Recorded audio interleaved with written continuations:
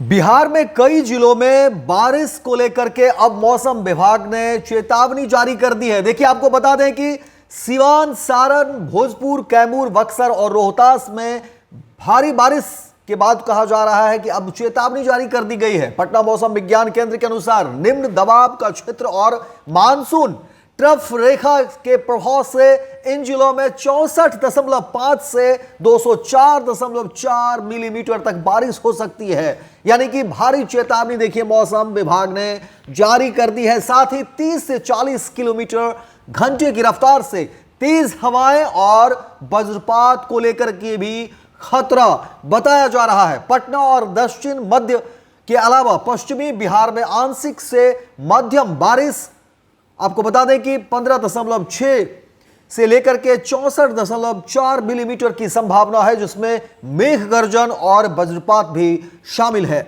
आपको राजधानी पटना को लेकर के बता दें, देखिए पटना में गुरुवार को अधिकतम तापमान 31 डिग्री सेल्सियस और न्यूनतम 26 डिग्री सेल्सियस रहने का अनुमान है। साथ ही नमी का स्तर 80 से लेकर 85 तक रहेगा, जिसमें उमस भी बनी रहेगी। वहीं कई जिलों में देखिए बारिश दर्ज की गई पिछले बीते दिनों, और उसके बाद मधुबनी में सर्वाधिक 225 मिलीमीटर वर्षा हुई। जिले के डोभी में 146.8 मिलीमीटर, तो वहीं शेरघाटी में 181.4 मिलीमीटर और फतेहपुर में 180.2 मिलीमीटर, तो समस्तीपुर के दलसिंह सराय में 139.6 मिलीमीटर के अलावा देखिए जमुई के खैरा में 136.4 मिलीमीटर और सहरसा के सोनबरसा में 126.8 मिलीमीटर बारिश हुई है। जबकि रोहतास के डेहरी में 88 मिलीमीटर, तो वैशाली के हाजीपुर में 83 मिलीमीटर और भागलपुर में 59.7 मिलीमीटर बारिश दर्ज की गई है। जिसके बाद मौसम विभाग ने भारी चेतावनी जारी कर दी है और पटना में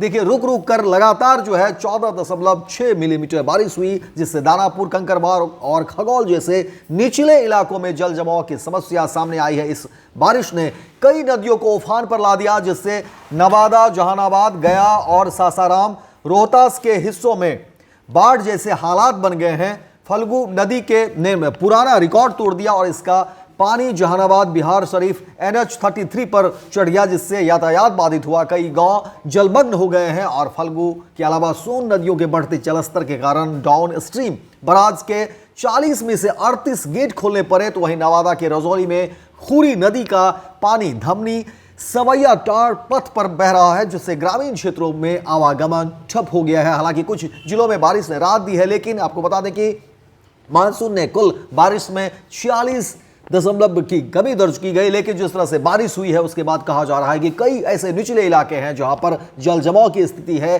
धान की फसल कई ऐसे इलाके में जो है कहा जा रहा है कि खराब होने की स्थिति में है, क्योंकि पानी फसलों के ऊपर से बहती जा रही है और लगातार किसानों की चिंता बढ़ रही है इस तेज बारिश से। हालांकि जब बारिश नहीं हो रही थी तो किसानों की परेशानी थी, लेकिन अब जिस तरह से लगातार बिहार के कई हिस्सों में, कई जिलों में लगातार बारिश हुई और दिन रात हुई, इस भारी बारिश ने किसानों की परेशानी बढ़ा दी है। खेतों में पानी लगने की वजह से धान की फसल खराब होने की स्थिति में है और किसान जो है वो चिंतित है, परेशान है। आपको बता दें कि किशनगंज जैसे सीमांचल क्षेत्र जो आमतौर पर बारिश से तरबतर रहते थे, लेकिन अब देखिए वहां पर भी स्थिति किस तरह से सामने आ रही है। वहीं IMD के अनुसार मानसून अगले 2-3 दिनों तक बारिश का सिलसिला जारी रह सकता है, लेकिन 18 जुलाई के बाद कहा जा रहा है कि बारिश की तीव्रता कम होने की संभावना है और तापमान फिर से जो है वो उसमें बदलाव होगा। लेकिन भारी बारिश से मौसम विभाग ने चेतावनी जारी कर दी।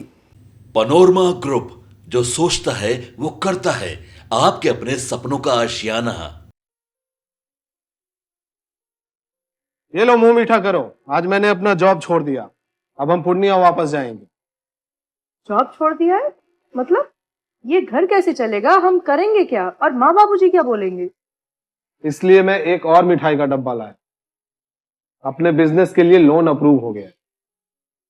अरे लोन अप्रूव हो गया वो तो ठीक है, लेकिन पूर्णिया में हम रहेंगे कहाँ? अपना घर भी तो नहीं है वहां। इसलिए तो एक और मिठाई का डब्बा अलग से लाया हूं। हमने पूर्णिया में घर ले लिया है, पूर्णिया के E-Homes पैनोरमा में। पूर्णिया में पैनोरमा ग्रुप लेकर आए हैं E-Homes पैनोरमा। बड़ा घर, आलीशान जिंदगी और अत्याधुनिक सुविधाओं के संग। अरे अब क्यों मुंह मीठा करवा रही हो? क्योंकि हम घर वापसी जो कर रहे हैं। घर वापसी की खुशी पूर्णिया में E-Homes पैनोरमा के संग। E-Homes panorama, Luxurious, lifestyle redefined.